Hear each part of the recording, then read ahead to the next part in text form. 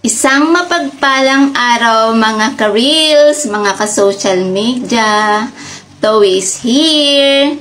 So guys, share ko lamang po sa inyo ang napansin ko talaga sa lahat ng mga karamihan sa napanood kong mga nag-complain about po sa payout nila sa kanilang ads on reels na hindi po nila na payout. Ngunit guys, kung papansinin po natin at titingnan pong mabuti at pong re-reviewin ang kanilang pong mga reels ay umaabot lamang po ng 3 seconds po lamang. Ano po ba ang requirement po ni Facebook Meta para po dun sa ating mga reels? Ito po ay dapat 15 seconds to 90 seconds po ang requirement.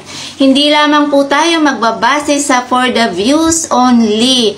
Dahil kakount po ang ating views kung aabot po sa 3 seconds po yung manunood. Count po yan as 1 view or 1 viewer. Ngunit, kailangan pa rin po nating sundin ang 15 seconds to 90 seconds po para sa ating mga reels para po makapag-payout o magkaroon po tayo ng earnings. Huwag pong kalilimutan ang requirement po ni Facebook Meta about po sa seconds ng ating mga reels.